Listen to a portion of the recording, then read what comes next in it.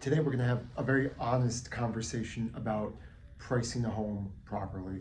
So first I'll go into the basics of it, like the three-pronged approach, and then we're going to go into some things that people don't really talk about generally. I'm sure a lot of agents aren't going to want me to make this video. So first, when you're pricing a home, there's usually three strategies. Most people know this. If you don't, here we go. All right, so there is pricing the home on the high side, which generally pushes people away.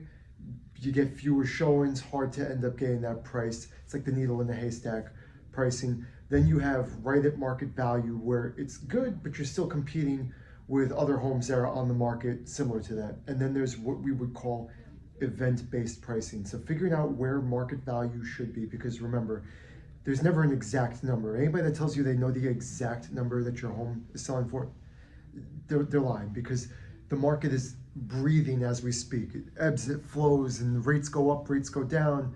More inventory comes on the market, inventory slips away, it changes things. So when you take what should be the perceived market value and go below it, that is here on Long Island, in Queens, that is going to be the most impactful thing that we can do, because it's a seller's market, meaning that there are more buyers than there is inventory. So there's a lot of times when people will say, well, let's test the market. Let's go for that higher price. And I'll tell you from experience, when I have clients that want to do that, what ends up happening is that the home sits on the market for substantially longer. Right in the beginning, you'll have less people coming to see the house. You do an open house, you know, a few people poke their head in and out, nobody makes offers. The client gets upset. Why aren't you doing more open houses? Why isn't the marketing? You said this.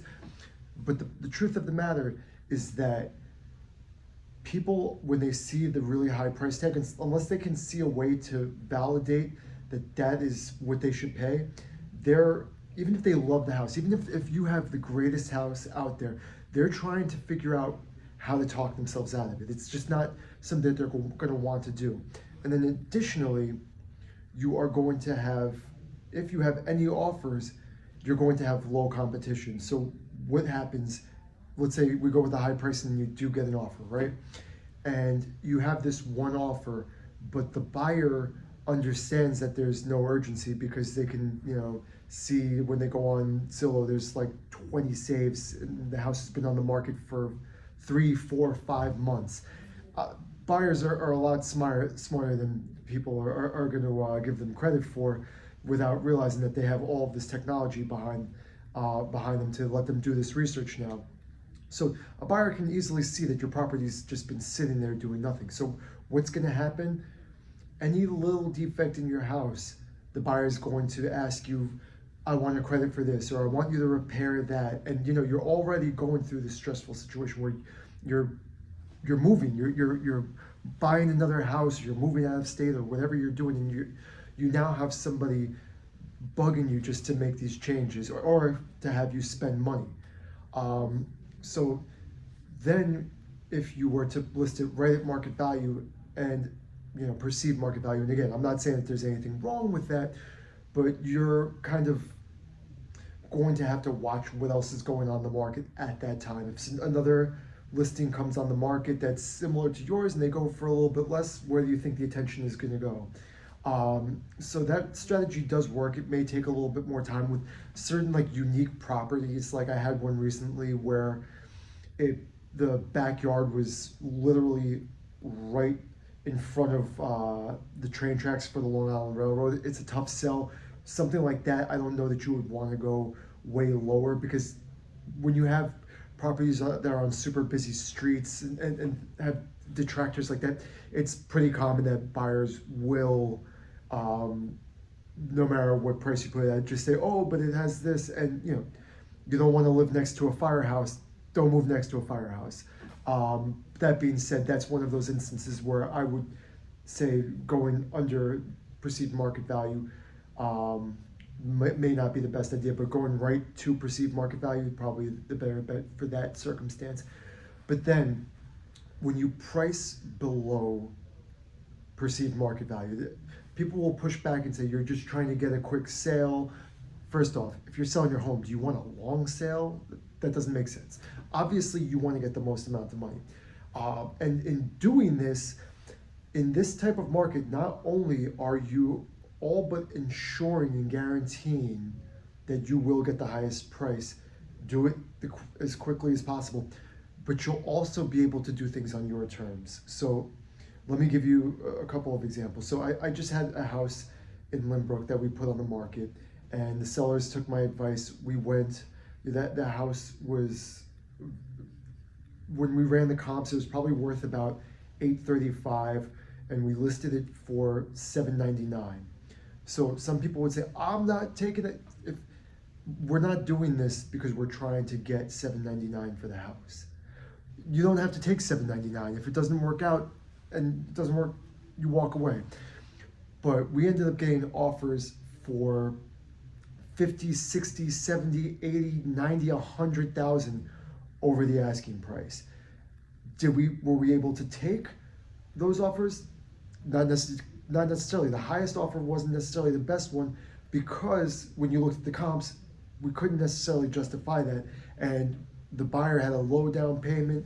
It could be dodgy. So we go with what's the safest bet, what is the most likely to get to the finish line. And that's why you need to have a great agent, because you could have some new agent that just sees the high price and they get you into contract with this deal that falls apart because, a few weeks later the appraisal's done, and then you find out that the house appraised for way less. There's a gap in the appraisal. Nobody wants to make up the difference. The buyer doesn't have enough down payment to cover the gap, and the deal falls apart.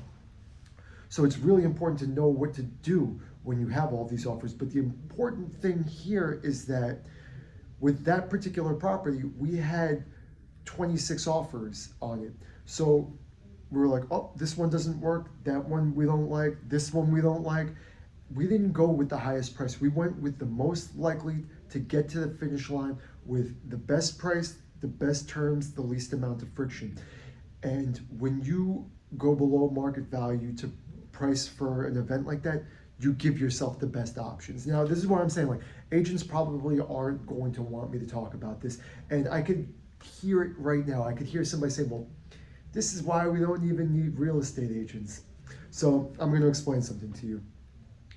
You can have all of these people show up to your home, and if you don't know what to do in conducting an open house, in speaking with people to generate the excitement, to do additional marketing, to get even more people, to make phone calls around the neighborhood, to send postcards, and last but not least, once you have people making offers, knowing how to negotiate, knowing how to view the situation on the macro level instead of thinking about it just one offer at a time. That's something that comes with years of experience. And as somebody who's trained agents, it's not something that everybody gets. Does that mean that there's not a homeowner on the planet that could do it? Of course not. Of course some people can do it, but it's not a skill set that everybody has. And when you go with somebody who has literally been studying this subject matter for years, you get a very distinct advantage.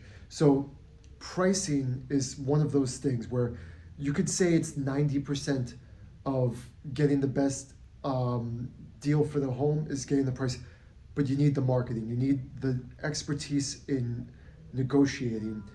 And you can see now why I would say this is typically the best strategy, because you go from having multiple offers where you get all of the leverage as the seller, and you get to make the choice of who gets to the finish line. Because, if you have 26 offers on your house and somebody's like, oh, well, I want you to fix the I don't know, there's a creaky step or something like that that's not a real safety hazard. You can tell them to go kick rocks and move on to the next buyer. Things like that. You want to have all of the power as the seller. And I think having the leverage means that you are in the best position possible. That's why, as your agent, I would, in most cases, advocate for this. Are there some times when I would say, yeah, go for the aspirational pricing? You can. But you know where you get hurt? On websites like Zillow, where you can see that days on market, accumulating. You can see how long it's been sitting there. You can see, oh, they listed before. So Compass has an awesome program called Compass Private Exclusives where you can basically test your price. You can pre-market the home without it hitting the MLS. So let's say your home is worth $1 million, but you want to be a cookie person and put it on for 2 million and just see if maybe somebody would want to do it. You could test that out and have no adverse effect because nobody sees how long it's been there. Nobody sees if you've changed the price, and then you can put it on the market. Let's take a less extreme example. Let's say you want to test it at 1.2 and you got a few calls, and then a week later you tested at 980 and the phone is blowing up. You might want to come to the market at that price because you were able to test it. But this is probably subject for another video for another time. If you want to learn more about this, or if you had any specific questions about what I was just talking about, feel free to hit me up. Or you could call me, text me, 917-225-8596.